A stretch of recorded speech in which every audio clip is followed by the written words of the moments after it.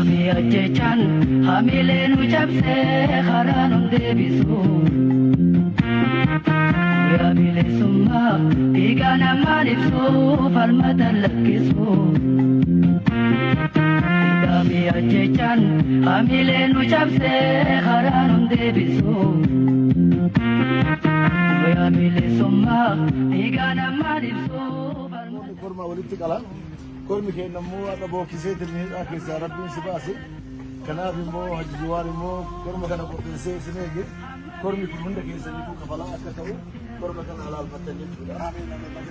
Bagooliin jiraannee bagooliin rabbi jiraachisee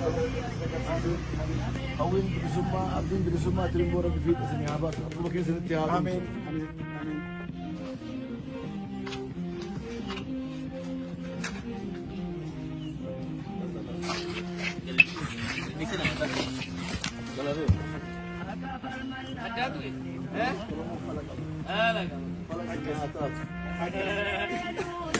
Isin deemee lammata. Ameen ameen. Isin fayyadameellee aljirullee haykamuu.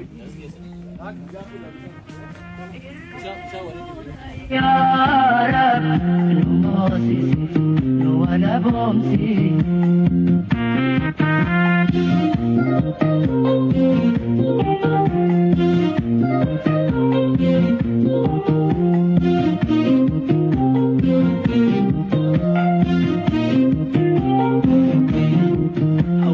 Khajilan harkoota gabrummaa boqorraan guutu.